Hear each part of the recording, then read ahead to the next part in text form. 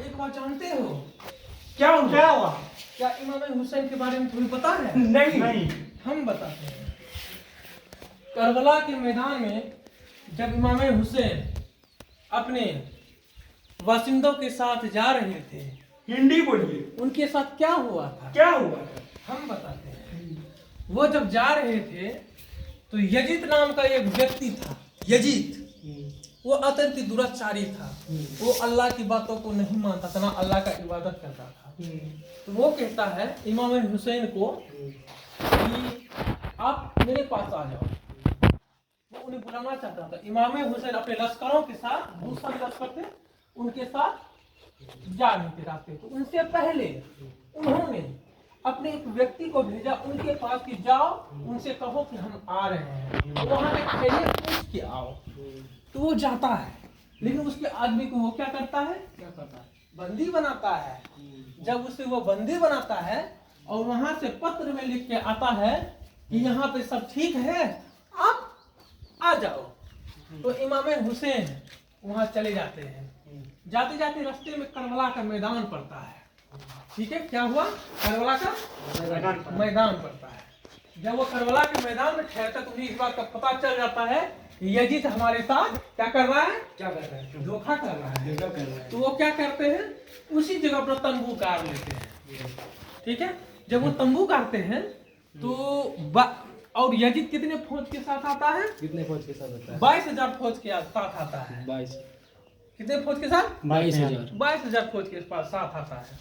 और वो उनसे क्या कहता है? उनसे कहता है कि आप अपने हथियार को हमारे पास डाल दो और मैं जो कहता हूँ वो करो। इमाम हुसैन क्या कहते हैं? वो उनकी बातें को नहीं मानते हैं, उन्हें भी समझाते हैं। और इमाम हुसैन का एक बेटा था जो 6 महीने का था। उनका क्या नाम था? उनका नाम था अली असगर। ठीक है, उनकी एक पत्नी थी, उनका एक भाई था जिसका नाम था अब्बास। वो क्या कहते हैं? उनके पास तो कोई खाना नहीं था, उनके पास पानी भी नहीं था। एक दरिया के किनारे वो जो रुके थे, लेकिन दरिया के पास वो यजीद की फौज रुकी हुई थी, लश्कर रुका हुआ था। तो वो जो 2 दिन हो जाते हैं तो तीसरे दिन वो अपने कहते हैं, अपने बासिंदों से कहते हैं, मोहम्मद साहब अपने बासिंदों से कहते हैं कि सुनो तुम लोग चले जाओ। वो कब का समय था? रात का वक्त। वो कहते तुम लोग चले जाओ यहाँ से, मैं चाहता हूँ तुम लोग चले जाओ। तो वो सब दिया बंद कर देते हैं, जितना मसाला जल रहा था बंद कर देते हैं। लेकिन उनकी बातें तो वो लोग नहीं मानते हैं और वो डट के खड़े रहते हैं। यजीद की फौज जो है एक एक करके उनके कुछ लोगों को मारने लगते हैं। जब सारे लोग खत्म होने लगते हैं तो बचता कौन है? अब्बास और मोहम्मद शाह की पत्नी, उनका बेटा अली असगर, उनके भाई भी था। और वो अब्बास का जो था। और करबला का मैदान क्यों है बताओ तो? क्यों करबला का मैदान इसलिए हुआ कि मोहम्मद शाह के जो नातिन थे ना, वो नाना से लड़ने आए थे। यानी नाना जो थे अपने जमाई से लड़ने आए थे, उनसे लड़ना चाह रहे थे। और वो चाहते थे कि मेरा ही बात तो ये चले। जो उनका जो था ना, जब पैगंबर साहब जन्म लिए थे, जो जिस धर्म का नींव रखे थे, वो चाहते थे कि मैं इस धर्म को लेके चलूं आगे। लेकिन उनको वो दिया नहीं गया था। और उनका कोई जो है ना, वो किसी को सुपुर्द नहीं किए थे, तुम ही इसको चला। तो यहाँ स्टार्ट होता है, उनके सारे लोगों को मार दिया जाता है, एक एक करके मार दिया जाता है। लेकिन कुछ लोग प्यास से भी मरते हैं। तो वो अब्बास से कहते हैं कि सुनो, अरे मेरे इस बालक को तो 5-6 महीना इसकी माँ की कोख में दूध भी नहीं आ रहा है, इन्हें पानी पिला दो। तो वो कहते हाँ, वो यजीद से कहा जाता है, सिक्के सलार भी साथ में था। तो वो कहता है कि जब तक ये बालक नहीं कहेगा मैं एक घूंट पानी नहीं दूंगा, ये बालक कहेगा तो मैं पानी दे दूंगा। तो उनकी बातों को कहते ठीक है, अगर ये बालक बोलेगा तो मुझे पानी दोगे? कहते हाँ मैं पानी दूंगा। तो इस बात को कहता है, जब बालक आता है तो वो कहता है ऐ मेरे लोगों, मुझे बहुत प्यास लगी है, मुझे एक कतरा पानी का पिला दो। तो वो क्या कहता है? यजीद क्या करता है बताओ? यजीद क्या करता है? अपने सिक्के सलार को कहता है 3 बाण वाला, एक तीर में 3 नोक वाला, वो 3 बार जो बड़े बड़े जानवर को मारा जाता है उस बाण से चला देता है। उस बालक का एक कर्ण के पास लगता है, एक हृदय के पास लगता है, एक पेट के पास लगता है। उस बालक ने अपना दम तोड़ दिया, वो मर जाता है। जब उसका खून नीचे गिरने लगता है तो जब नीचे खून गिरने लगता है ऐसे हाथ मोहम्मद शाह रोकते हैं और वो खून जैसे नीचे डालने लगते हैं, जमीन कहती है कि ऐ मेरे मालिक, ऐ मेरे खुदा, अगर तूने ऐसा किया तो मैं यहाँ जमीन बंजर कर दूंगा, मैं इसमें एक अनाज नहीं उमड़ने, कुछ भी नहीं होने दूंगा। तो खून को ऊपर फेंकने लगते हैं तो ऊपर से आवाज आता है, ऐ मेरे खुदा, अगर तूने ऐसा किया तो मैं बरसना छोड़ दूंगा। तो ये दोनों बातें कहने के बाद वो क्या करते हैं बताओ तो? वो करते क्या जानते हो? वो सारा खून अपने मुंह में लगा लेते हैं, दूसरों को तकलीफ ना हो, वो सारे मुंह में लगा लेते हैं। बात अब यहाँ से स्टार्ट होती है। एक करके अब्बास को कहते कि हे अब्बास जाओ पानी लेके आओ। तो वो चला जाता है, घोड़े पे बैठता है और चला जाता है पानी लेने के लिए। जब पानी जब भरता है उसकी यजीद की फौज देख लेती है।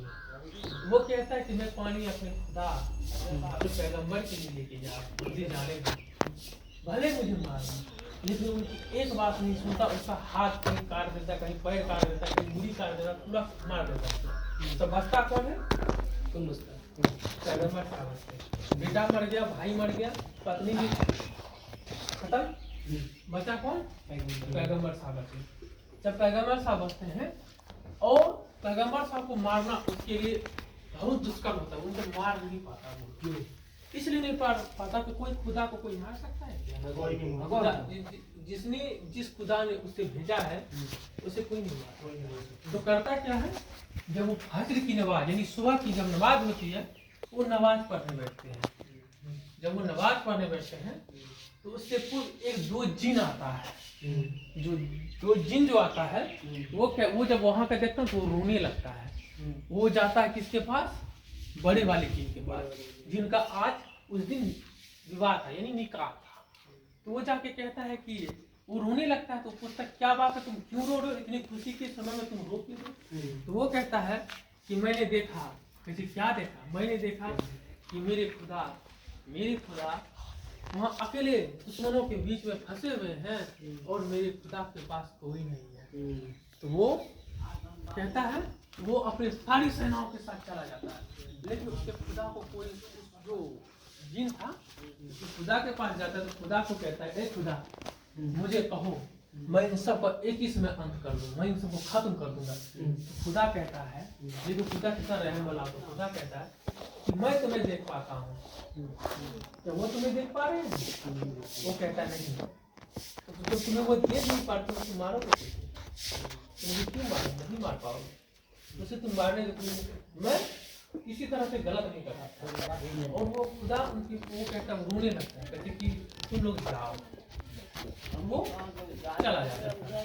जब फजर की 4, 4:30, 5 जब बजता है ना तो खुदा नमाज पढ़ने बैठते हैं। खुदा अपने खुदा को नमाज पढ़ रहे थे। उनके भी ऊपर है ना, खुदा के ऊपर खुदा और वो खुदा के ऊपर कोई जिन्होंने कायनात बनाया, जिन्होंने उसे भेजा, वो पढ़ रहे थे उनके लिए, पढ़ रहे थे अपनी आप के किसी रूप के लिए पढ़ रहे थे। हाँ, वो कहता है कि ला इलाहा इल्लल्लाह मुहम्मद रसूलुल्लाह पढ़ते। तो होता यहाँ कहानी यहाँ से स्टार्ट होती है। जब बात खुदा को खोज मिली तो खुदा को नहीं मार सकता, तो बुलाते बोलते हैं, ए यजीद सरकार इसे ऐसे नहीं मार सकते, इसे ये नमाज पढ़ रहा इस वक्त हम मार सकते हैं। वो तलवार में क्या आता और खुदा को मार काट देता, गर्दन काट देता। और क्या करता है, जितने लोग उनके मरे थे उन सब का गर्दन काट करके कोई भाला में टांग लेता है, कोई घोड़ा में लटका देता है, कोई भाला तलवार में लटका इसी रास्ते रास्ते आ रहा है। वो आ रहा था तो आ रहा था उस दूरी पर धड़ को लेके धड़ को छोड़ देता है। लेकिन खुदा का एक था भाई की बेटा था, उन्हें जब पता चलता वो आता तो वो सबको मट्टी में करवाता है। इसलिए करवाता है क्योंकि पहले उसको गाड़ने के लिए उनके जो गांव वाले थे ना, यानी उसके बगल अगल गांव वाले थे, वो लोग डरते थे कि मैं जाऊंगा तो मुझे मार देगा। तो उसके पत्नी बोलती है कि कैसे इंसान हो तुम, जिस खुदा ने हमारे लिए अपनी कुर्बानी दी है, तुम उसके लिए इतना नहीं कर सकते। तो वो सब आकर के उनको मिट्टी दे देते हैं, उनको दफन कर देते हैं। खुदा को? हाँ, खुदा को दफन कर देते हैं। उनका सर लेके जब वो लश्कर जा रही थी तो क्या कहता है जानते हो? जब एक क्रिश्चियन के पास क्रिश्चियन के बगल से गुजरते हैं तो वो कहते हैं कि जब क्रिश्चियन को पता चलता है कि खुदा का सर है तो वो कहते हैं आप लोग नहीं जाओ आज। वो कहता है जब रात में उठते तो उसके आदमी से कहते सुनो, मैं तुम्हें 10,000 दिनारी दूंगा, 10,000 दिनार दूंगा, क्या तुम एक खुदा को कुछ क्षण के लिए मेरे पास छोड़ सकते हो? मैं उन्हें देखना चाहता हूँ। उनके चेहरे में इतना नूर टपक रहा था, सारा चंद्र का रोशनी उनकी मस्तक में आ गया है। तो बोलता है पहले तो मना करता लेकिन फिर मान जाता। वो देता है खुदा को देखते देखते, खुदा को देखते देखते वो खुदा का हो जाता है। जब वो सुबह जब लेके सर जा रहा था तो सर तो वो रख लेता है लेकिन कुछ डाल के उसको जो है ना उसको दिनारी दे देता है और वो जाने जब कुछ दूर जाता है ना तो दिनारी पत्थर बन जाता है, कंकड़ पत्थर बन जाता है। उसके बाद पता है क्या होता है? क्या? उसके बाद होता ये है कि जितने लोगों ने खुदा का कत्ल किया, जितने लोगों ने उनके बासिंदों का कत्ल किया, उन सब जो वो रात को सोता था ना तो वो नरक, वो दोजख में पहुंच जाता था। दोजख के? और दोजख यानी नरक, दोजख पहुंच जाता। किसी को उल्टा लटका के आग दिया जाता था, किसी को ऐसे धीरे धीरे वहाँ अनेकों तरह की बीमारियाँ फैलने लगी, अनेकों तरह की यजीद के इलाके में अनेकों तरह की बीमारी फैलने लगी, अनेकों तरह की बीमारी, अनेकों तरह के हैजर, ऐसा कोई बीमारी नहीं है जो वहाँ नहीं फैला। तो एक बूढ़ा क्या कहता है, अरे मैं भी तो था, मुझे तो कुछ नहीं हुआ। इतना बोला, उसके साथ भी वही हुआ। एक एक करके किसी के सबका मुंह काला हो जाता है। तो पूछा जाता तुम्हारे साथ ऐसा किसी हुआ? वो कहता जब मैं रात को सोता हूँ ना तो मेरे पास कोई आता है और मुझे लेके जाता है और मुझे ऐसा तकलीफ देता है। तो वो कहता है इससे खुदा तो चले गए, खुदा मर गए, खुदा तो चले गए, लेकिन आप लोग कहोगे कि जो करबला का मैदान हुआ था, आप बताओ क्या खुदा का कत्ल हुआ था? क्या हुआ था? तो खुदा ने खुद अपनी कुर्बानी दी थी लोगों के लिए। आपको पता है मक्का मदीना में वो जमजम का पानी कहाँ से आता है, क्यों आता है, और उसका वो लोग क्यों घूमते हैं उसमें चारों तरफ? हम बताते हैं। वो इसलिए घूमते हैं, बालक था, उस बालक की माँ, जो तुमका नाम तुम्हें पता नहीं, लेकिन वो बालक की माँ पानी के लिए घूम रही थी। तो जहाँ वो बालक रुका था ना, वो ऐसे लात मारता है ना पैर का, पैरी से वहाँ से पानी मिलता है और 7 बार घूमता है। इसलिए मुसलमान लोगों 7 बार घूमता है, इसलिए वहाँ पे मक्का मदीना और जमजम का पानी अभी भी तुम देखोगे, इतनी वर्ष हो गए, हजारों वर्ष हो गए, पर अभी भी वो जमजम का पानी इतना सुंदर और इतना पवित्र कहा जाता है। वो कहते हैं कि मुसलमानों के लिए वो पवित्र स्थल कहा जाता है।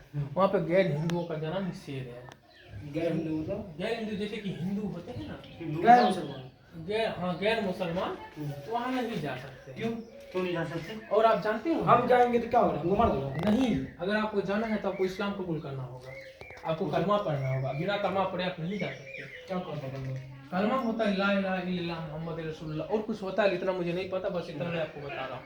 और होता है आप ला इलाहा पढ़ दिए तो आप कलमा कबूल कर लिए? नहीं, मैं किसी मुसलमान के यानी कि कोई हाफिज के सामने कहूँगा, वो मुझे कहेगा तो कहूँगा तो मैं बन जाऊँगा, वैसे नहीं बन सकता। वैसे नहीं बन सकता। ऐसे कि कोई अगर मुसलमान राम कहते थोड़े ना हिंदू हो जाएगा, तो इसलिए उसका प्रोसेस होता है। हिंदू बनने के लिए क्या करते हैं? हिंदू बनने के लिए प्रोसेस उसका जैसे कि पानी में नहवाया जाता है, शुद्धिकरण किया जाता है, तब वो जाके हिंदू इंद्र पढ़ा जाता है। हाँ, या तो ब्राह्मण बनोगे या राजपूत बनो, जो तुमको बनना है तो वो नाम देके तुमको बना दिया जाएगा। और मुसलमान सिर्फ उसी तरह से उल्टा प्रोसेस होता है, उसके लिए भी कुछ अलग नियम है, नियम को करके तुमको मुसलमान बना दिया जाएगा। थोड़ा सुन्नी होगा, उसके बाद तुम्हारा मूछ काट दिया जाएगा, उसके बाद तुम्हारा टीक काट दिया जाएगा, तुमको पूरा टकला कर दिया जाएगा, उसका तुमको कलमा पढ़वाया जाएगा, 5 वक्त का नमाज पढ़ाया जाएगा, रोजा रखवाया जाएगा। इतना करने के बाद तुम पूर्ण रूप से मुसलमान बन जाओगे। और हिंदू बनने के लिए तुमको जो हिंदू में होता है वो तुमको रीति रिवाज करना होगा, तुमको उपवास रखना होगा, तुमको यज्ञोपवीत करना होगा, तुमको पूजा पाठ करना होगा, तुमको हवन करना होगा, तुम हिंदू बन सकते हो। और आप जानते हो बिलाल के बारे में जानते हो? बिलाल एक लड़का था जो भगवान का पूजा करता था। वो भगवान यानी कि गॉड का पूजा करता, यानी कृष्ण राम विष्णु का पूजा करता था। एक दिन होता है कि उस इलाके में वो जब जाता है तो एक दिन होता ये है, जब वो इस इलाके में जाता है ना, एक दिन वो एक लड़का को, वो अल्लाह का बहुत बड़ा भक्त था, यानी अल्लाह को बहुत पूछता था। उसको क्या कहते हैं? मक्का मदीना में मैंने जब बिलाल के बारे में कहा, इसके बारे में अगले पार्ट में कहूँगा। चैनल को सब्सक्राइब करें, शेयर करें।